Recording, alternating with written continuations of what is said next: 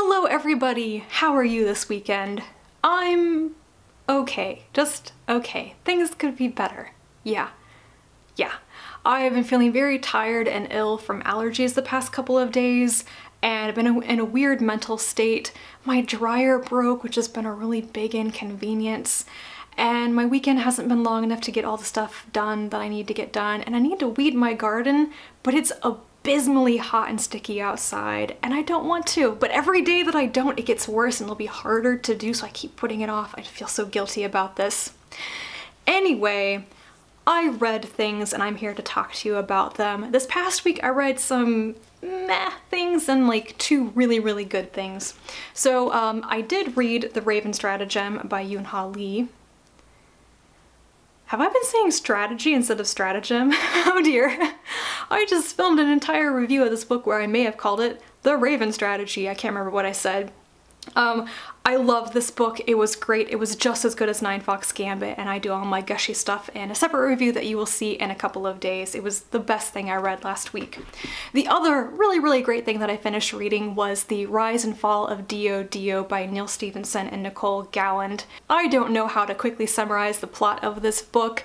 I guess essentially a very small under-the-radar federal department called the Department of Diachronic Operations discovers that magic once existed in widespread form, but it stopped working, it stopped being possible after 1851, but they create this thing, like a boxy room thing, very high tech, that allows them to recreate the conditions under which magic is possible. They get their hands on a witch and they start sending people back in time to tweak various strands of time in their favor. You know, what people expect to do when they go back in time, make lots of money in the stock market or something like that. And it turns into this big, huge organization with multiple missions to various time periods to warp time in their favor. And then it starts to collapse because they don't take a lot of things into consideration about how messy time travel is. I really loved reading this, and I didn't know what it was going to be like being co-written. It's not just a Stephenson novel, it's Stephenson with Nicole Galland. And I kind of decided to come into this thinking that the majority of this book was Nicole Galland. I don't think there are that many similarities between this book and a lot of things that Stephenson has written. It's a completely different type of book from my favorite Stephenson novels like Anathem and Seven Eves and stuff like that. But it has that Stephenson type of humor, which kind of seems to me like a callback to some of the stuff in Snow Crash, which has been a couple years since I read that, but that's what I enjoyed the most about this. This book is funny. It is just a parody, a takedown of bureaucracies, of large federal divisions, and the language that they speak, the legalese, the bureaucracy languages, the acronyms, so many acronyms. I was laughing out loud at some of this stuff. The thing that surprised me is that this book is a collection of documents that various people have written. It's kind of an epistolary novel, kind of a diary format, and I am not super fond of this, to be honest, especially the diary format for books. I just don't like it that much. But here it worked so well.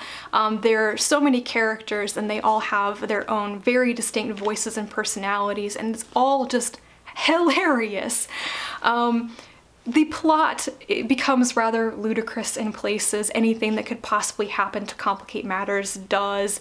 And some people seem a little over the top, a little bit like caricatures of bureaucrats and generals and stuff like that. I don't think this is a deep book by any means, but it does fun things with the time travel concept and with various historical periods that I just found very enjoyable. This, in fact, almost came close to a 5-star book just for how purely fun it was, but I had to knock a little bit off of my rating because it was a little bit ridiculous in places. If it had been a little bit more conservative with the plot perhaps, then it might have been perfect for me, but anyway, I would really recommend it if you want a humorous caper and you're not averse to time travel. I know some people really don't like time travel stories, but I thought this was a good one. Next, I listened to 2 nonfiction works on audio. The first one is Time Travel by James Gleick. This is his exploration of the concept of time travel since it was introduced with H.G. Wells' Time Machine, and his argument is, I think, that our perception of time, our awareness of it, of the past, the present, and the future has really changed because of time travel and also, you know, scientific progress and everything, but our ability to think of our own time as our present as somebody else's future, as somebody else's past is kind of new, it sounds like. So I really enjoyed that Gleick certainly pulls a lot of different examples of the use of time and time travel from books and movies and other media and uses those to illustrate what he's talking about. However, I ended up thinking that Gleick spent far more time recapping the plots of these stories than in actually analyzing them and comparing them and you know, getting something more out of it. I didn't want to listen to this book so that I could have the lathe of heaven explained to me for the millionth time. It got a little bit irritating. Obviously, he can't assume that his audience has experienced all these stories. He has to explain what they're about in order to analyze them next, but I thought he went way overboard with the plot synopses and everything. Like, he would almost like retell some of the stories, and I'm like, you don't do that. It got kind of boring.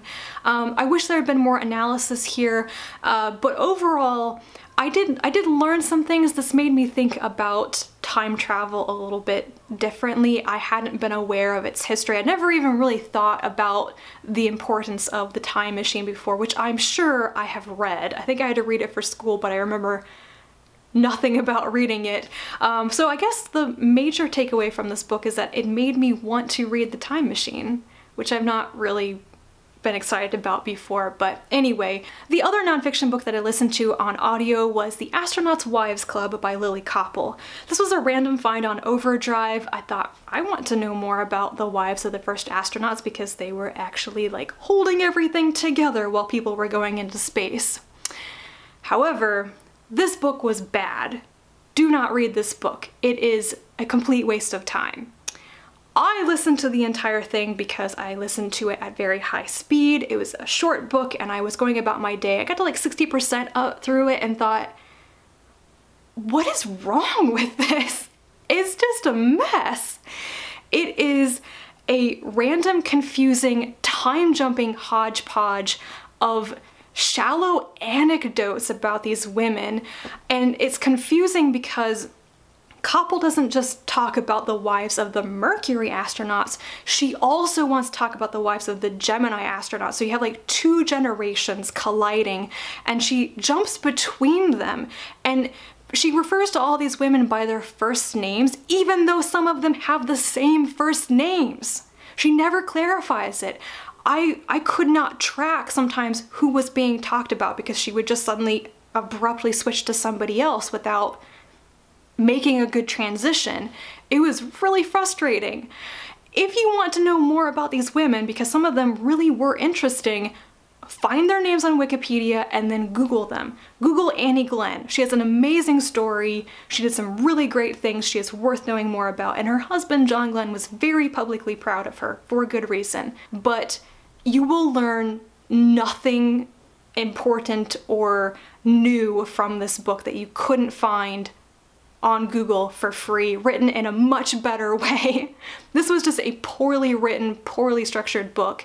The last bit of this book finally kind of sorts to address the women reflecting back on this time period and the crazy stuff happening to them and how they dealt with it. And then it just ends. Like, that is the most interesting stuff. I want to read a book about that. And instead you just get a mess.